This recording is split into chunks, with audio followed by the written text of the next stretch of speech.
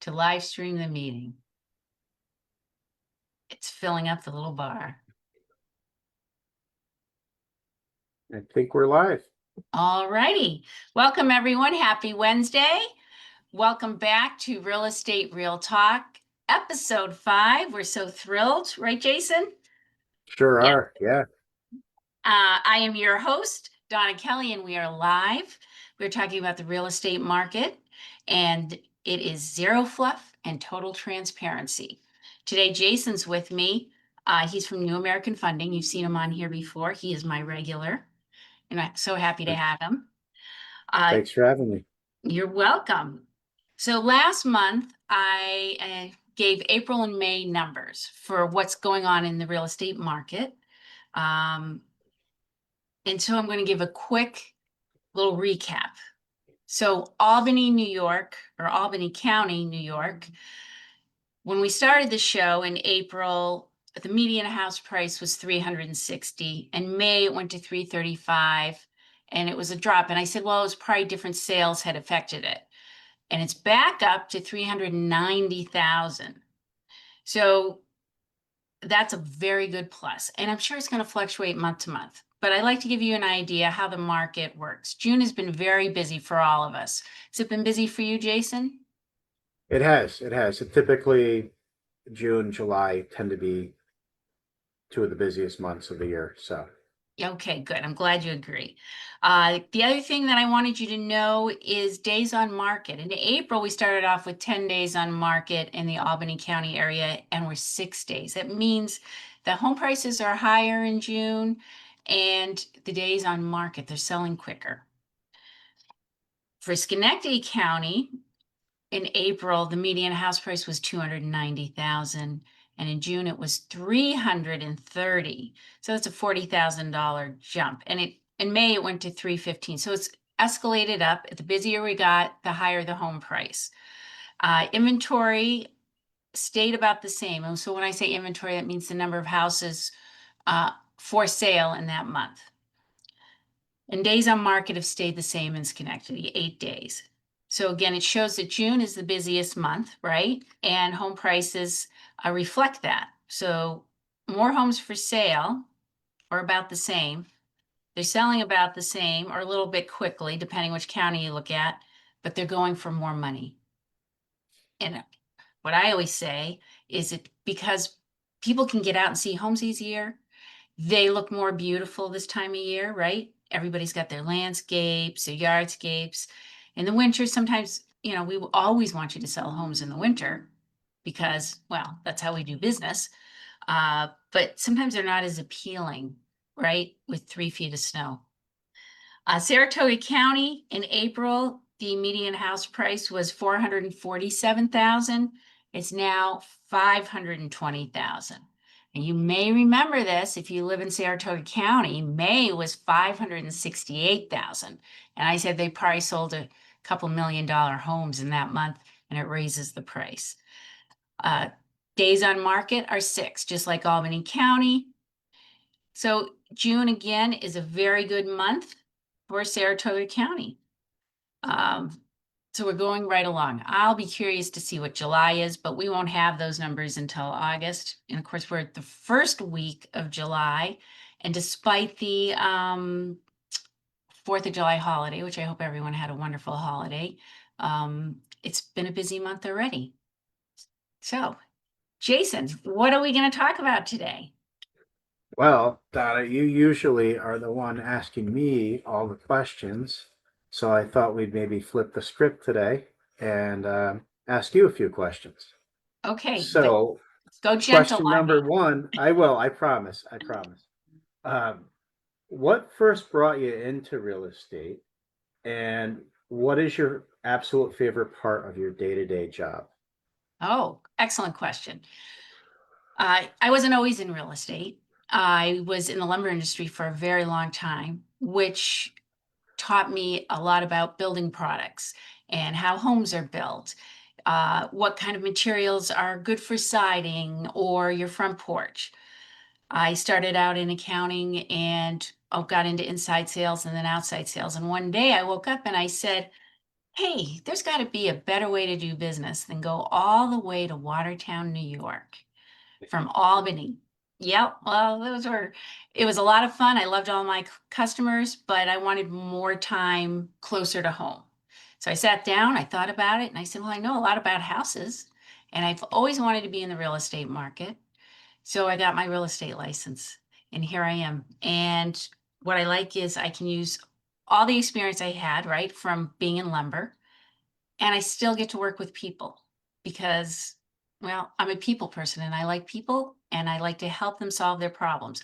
Or maybe it's not solve their problem, but reach their goals, right? If I can educate them on, the process of buying or selling a home, what's the best way to do that, it gives me pleasure. I get to know them and who they are, and they get to know me. So, did I answer your Excellent. question? Yeah, you sure did. That's great. Um, if a seller or a buyer is watching right now and feeling completely overwhelmed by the thought of starting this process, what's the very first step you tell them to take? Ah, well, that's a two-part question, right? Buyer and seller. So if you're a buyer and you come to me and you say, oh, I want to buy a home, this is my first time, we'll use a first-time home buyer. I say, well, you started at a good place. You're talking to me, and I'll tell you the second thing you need to do is talk to a lender. Because before you can go buy a home, Jason will tell you, you need to know what your budget is. And the only way you're going to know your budget is by talking to Jason. Usually, and correct me if I'm wrong on this, Jason, it is usually a 10 to 15-minute call with Jason and filling out an online application. Is that correct? Yeah, that's pretty much spot on. Okay. Um, they But that 15 minutes can be very productive, right? With if they fill out a complete application, let me go to work on it. Um, it's just going to make the whole transition to you that much smoother because you're going to have a really good baseline right off the bat, both you and the buyer. That's right. Sometimes I get asked this question. I know I'm deviating from your original question, but what the heck? It's our show, right? That's Uh, right. yeah. I get asked this a lot. Is it going to affect my credit score? I'm worried about my credit score. Even if they have an excellent credit score, people worry about their credit score. When they talk to you, how do you run some kind of credit check on them before you give them a pre-approval letter? Yeah, we do a soft um, and that'll pull two of the three scores. It will have no negative impact on the credit score. There you go. I lost half of what you said. Can you just repeat that? Yeah. So we'll do a soft credit pull initially, and that will have no negative impact on the consumer's credit score, but it will give us a good baseline. It'll give us two of the three scores, and that's typically enough to work with to be able to determine if they pre-approve or not. Okay, and it doesn't affect their score, obviously. No negative impact at all. Nope. Okay, perfect. So when you meet with me for the first time, we get to know each other, and then we talk about talking to a lender and getting your budget. The other thing about speaking with a lender and getting your budget is figuring out your cash flow, because Jason could say to you, "Oh yeah, you can afford a $450,000 home." Uh, but that could be a $2,800 mortgage, including your taxes and your home insurance. So he'll help you figure out with a mortgage calculator what that'll look like. So you can say, well, yeah, I can afford a $450,000 home, but I like my cash flow at 350, say. Who knows? Anyhow, I think if you can afford 450, 300 always looks better. So that's really the first steps. Then, of course, we figure out home search, etc. If I'm working with the seller and they call me up and they say, Donna, I want to sell my house. What should I do? I make an appointment with you. We walk through your house. We look at everything. We look at the attic. A lot of times I'll bring my friend Josh Martin from Home Health Management. I guess it's really home management. I always stick in the health. Sorry, Josh. Um, and he'll go through the house and we'll make sure that everything's up to snuff. We'll run comps. We'll talk to you about pricing, what that would look like. We'll talk about the current market conditions. And we make a plan of action. And there you go. Nice. So did I answer your question? You did. You did. And then some. All right. What advice would you give a buyer in a multiple offer situation? This is kind of very relevant right now in the market we're in. Oh, yeah, it's very relevant. Um, I always give the same advice to my buyers. I ask them, how much do you like this house? What does it mean to you? So if you put in an offer and you don't get accepted and you're going to cry and for a week, and I've certainly had buyers do that, and think you're never going to find a home as good as that, then we have a 4-step strategic plan to put in an offer that will hopefully help you win. But it all depends on your level of commitment to that house. So that's why I always ask, how much does this house mean to you? Because if it means a lot, we're going to throw everything at it. And if, well, it checks most of my boxes, but not all of my boxes, then our offer will be based on how you feel about the house. That's basically what I'm saying. How you feel about the house is how we place the offer in a multiple situation. And we can certainly have a conversation with you, Jason and I, at some point, and I think we have in the past about multiple offers. But basically, it's up to the buyer. I don't make the decision for the buyer. The buyer makes a decision for themselves. My job is to educate them on all the different steps and strategic areas of an offer so they can decide what that offer is going to look like. Okay. Okay, great. Great. Um, this is interesting. Most people feel real estate agents just open the door for them. They don't actually contribute to the buyer home purchase process. What do agents or yourself bring to the table? Aha, such a good question. Some of it we just discussed, right? I wish we just opened doors. Boy, my job would be so much easier if all I had to do is open a door. When I work with buyers and they have a house they're interested in, the first thing I do is I send them any information they can't already see on the internet. I then go through the property condition report, right? And identify anything that might be interesting to you, the buyer. And I also send that same report to you. But again, I identify anything that might be of a concern. You know, maybe sometimes there's asbestos or there was a bad radon test and they put that in the property condition disclosure. We'll go through all of that. I don't always do this, but I do sometimes run the comps before we go see the house. But I usually like to run any comps after we see a house. And I'll only run those comps if you're interested in the house. Okay, so we'll do a walkthrough. We'll talk about the house. This is where my lumber background comes in handy. I also did some work for a while for a plumber, HVAC guy, and I learned about, current technologies and systems. So I'm not an expert in any of these, but I can help answer some of your questions as far as whether it's a furnace or the age of a roof. I can, tell by looking at it if the shingles are peeling up, right? Well, there may be an issue at inspections. I don't know for a fact that it will be, but I can identify sources. So again, my lumber background comes in handy.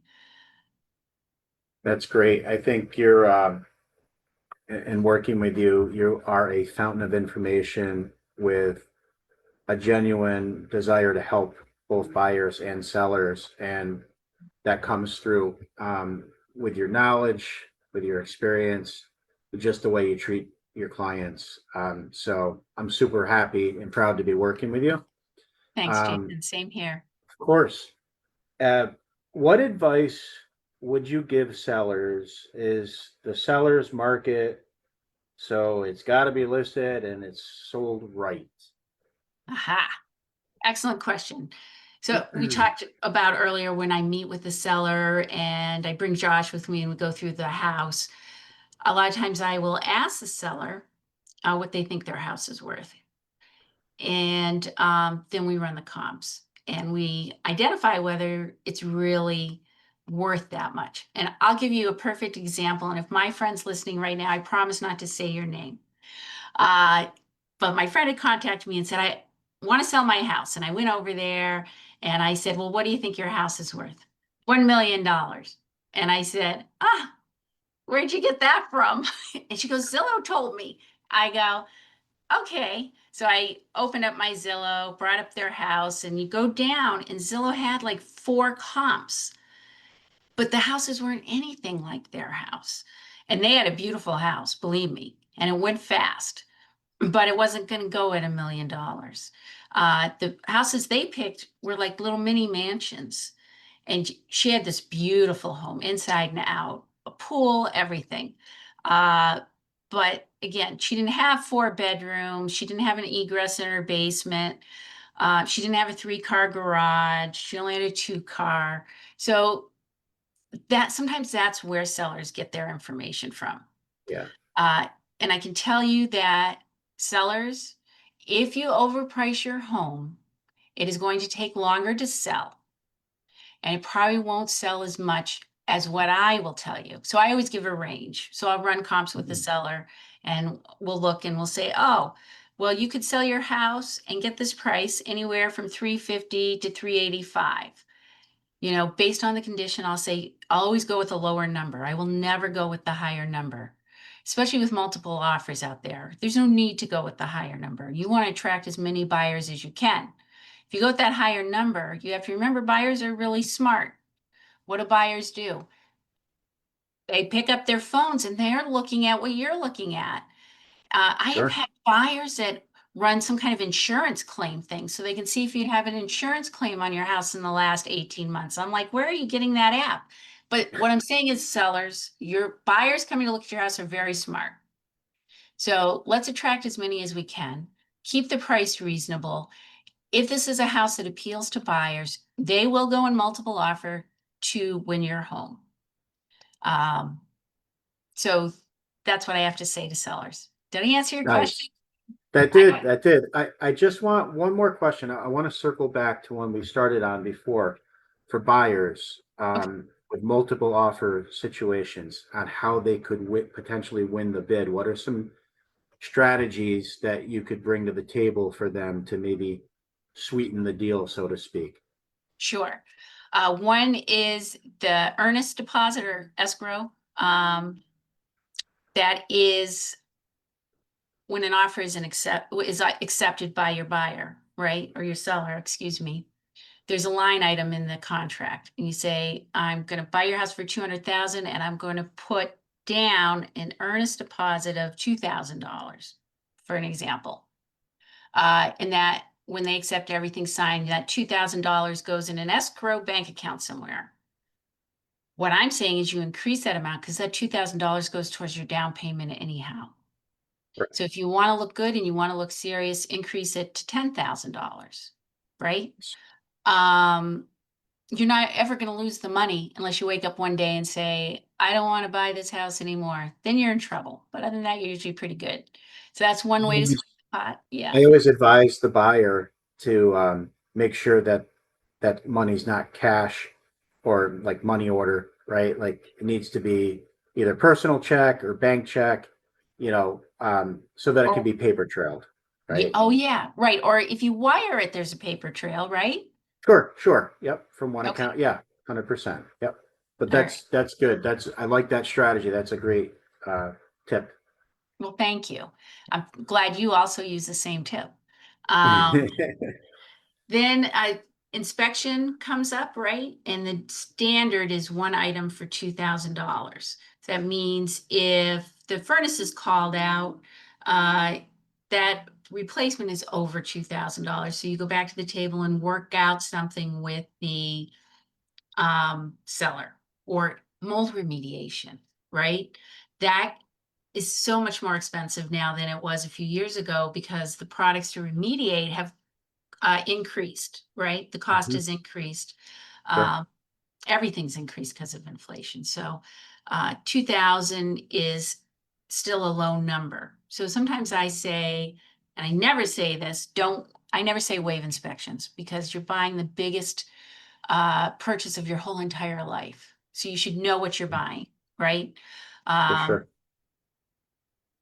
Having said that, if you wanted to raise it to 5,000, just something to show uh, that you're serious about their house and you're not going to nitpick on little things. Not that you can really nitpick on little things, but I've seen buyers nitpick and drive everyone crazy. I don't know. I don't know those buyers anymore. Anyhow, uh, so inspection threshold is an important spot where you can show your seriousness to win in a multiple offer situation. Nice. But I never recommend waiving inspections.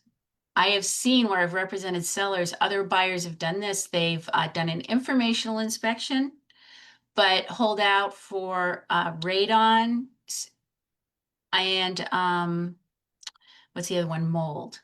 So they'll say, we'll waive structural inspection, but we're going to keep and if we do one, it'll be only informational and we can't use anything to back out of a sale. But we do want to do mold and radon. Okay. Okay.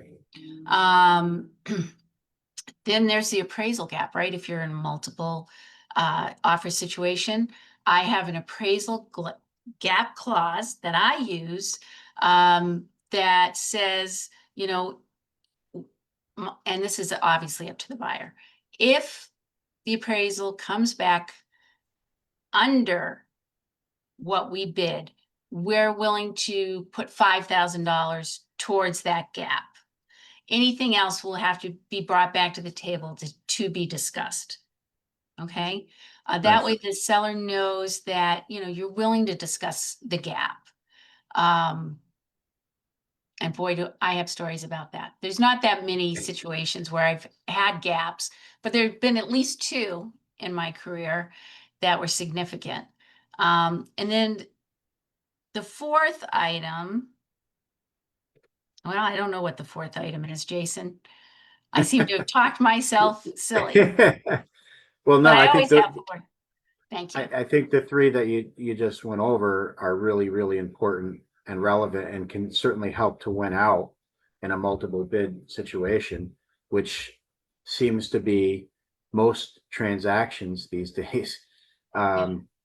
And of course, there's always the financing piece, right? Will help with the winning out the offer as well, right? For example, not having a contingency of selling your current home, um, not having the need for seller concessions, um, a conventional offer versus a government loan program, right? These are all potential things that could help win out a bid to the, a conventional offer typically is going to be a stronger offer. Not having a contingency versus having a contingency is going to be a stronger offer. Not needing seller concessions versus needing concessions is going to be a stronger offer, right? So all that also plays into this. Yep. Oh, that's perfect. Thank you for saying that. So when you say government, you mean FHA, USDA, right? So, VA, correct? Yes, all three of those loan programs we do, and we do them every day. Um, but depending on the market and the need, the government loan programs often are priced even a little more attractively than conventional is. And they're sometimes have a little bit more flexible underwriting guidelines. So it does open up a pocket for more buyers, right? mhm. But they also have some restrictions to them that conventional loans don't necessarily have, as far as how strict they are with appraisals and the as is condition of the home, right? So we look at it all. And then of course, seller concessions, right? Which in a non-seller's market have a lot more, appeal than the current market we're in right now. So somebody that doesn't need them and is willing to bring more money out of pocket to closing may have a better chance of winning out on that offer than somebody who does need it. Not saying that it's not going to work, right, Donna? But maybe you can elaborate a little bit on that, like time frame that the house has been on the market might impact the choices that are available.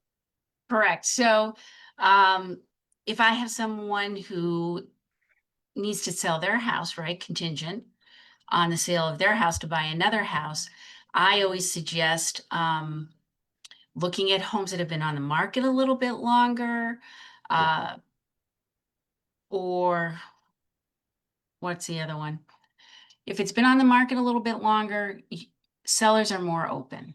The other thing I try to do when I work with sellers, since I brought up the government loans, the FHA, is that I say just because if it's an FHA or USDA loan doesn't mean that they don't have money.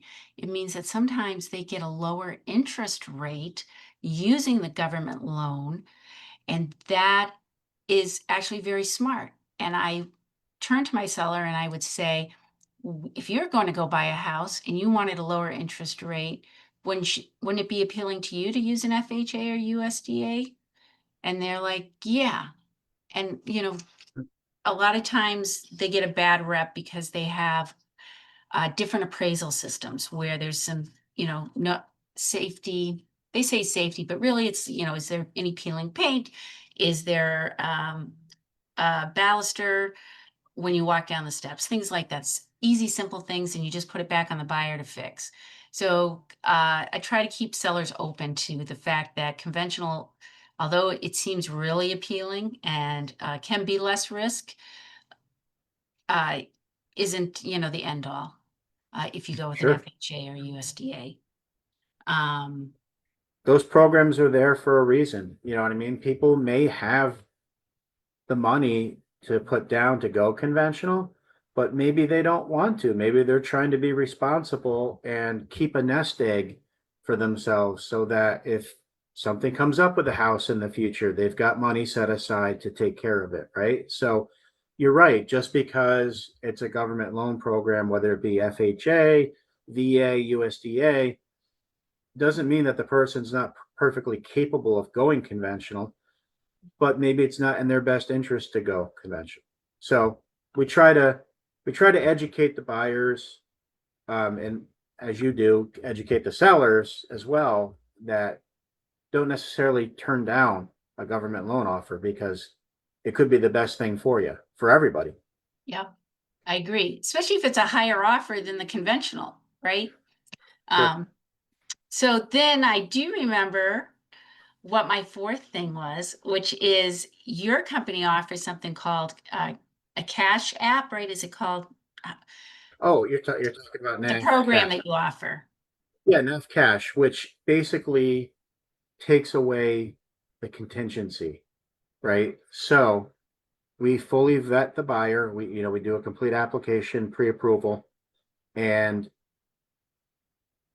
if we qualify them, we will actually purchase the house for them. All right, the new home that they're looking to buy, right? We will purchase it, close in NAF's name. We will rent it back to them while they stage and list their existing home.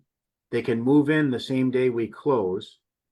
We don't want to keep this, we're not landlords, right? So we don't want to keep this loan for any length of time, right? So the exit strategy is typically within 60 to 90 days, to have their existing home listed, sold, closed, and then they can basically purchase the home from us.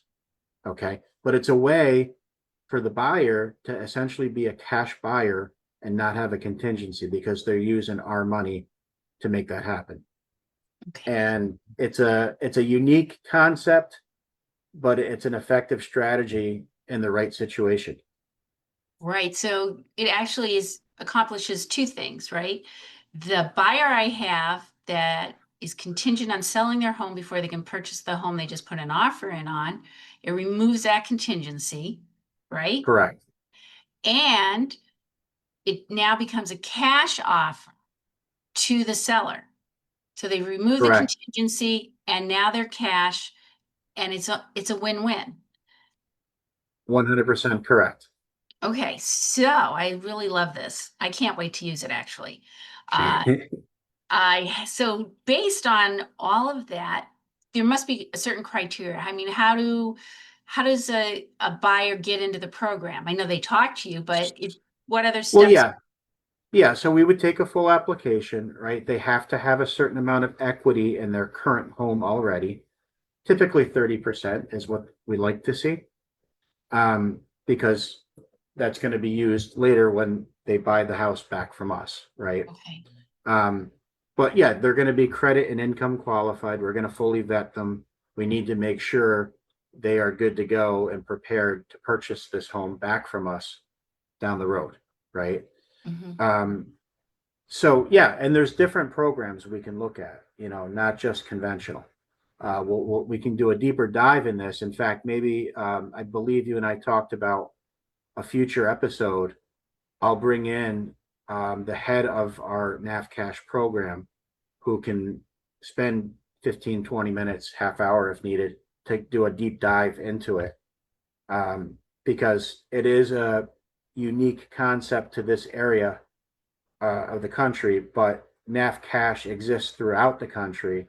And in certain parts of the country, it's utilized extensively. I mean, thousands of transactions are done with it. So it's a newer concept to the Northeast, but countrywide, it's being used a lot and it's solving a lot of problems for sellers. Yep. Sellers and buyers, right? Well, Um, 100% buyers, but like you said, if I'm a seller and I'm being overwhelmed with entertaining multiple offers, and some of those offers have contingencies on them, it just takes that headache off the table because the transaction is going to close that much quicker. It's a yep. win-win. It is a win-win. I really like it. And it's called NAF Cash App. Is that correct? Nope, just NAF cash. Oh, NAF Cash. Okay. I'll get rid Yep. of the app. So New American Funding cash. Okay. It's a separate division of New American Funding specifically for these cash transactions. Awesome. And just to highlight anybody who's watching, if you're listening to this, look back at last week's because we talked about renovation loans. We Yeah. learned quite a bit about renovating, and it's, just not for the flipper.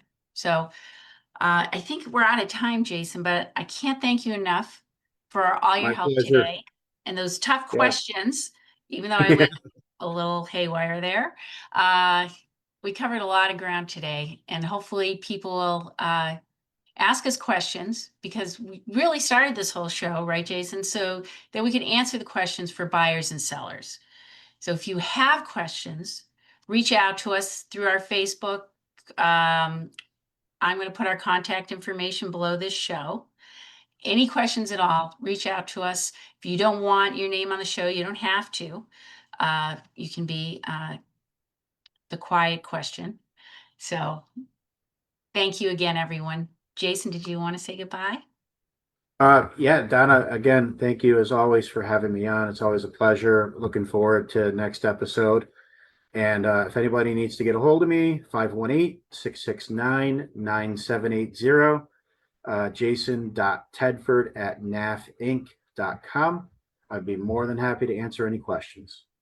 Awesome. Yeah, Jason's the best, I have to say. So everyone have a wonderful week. Enjoy that sunshine today because, it rained and rained and rained. So enjoy. Bye, Thanks, Donna. everyone.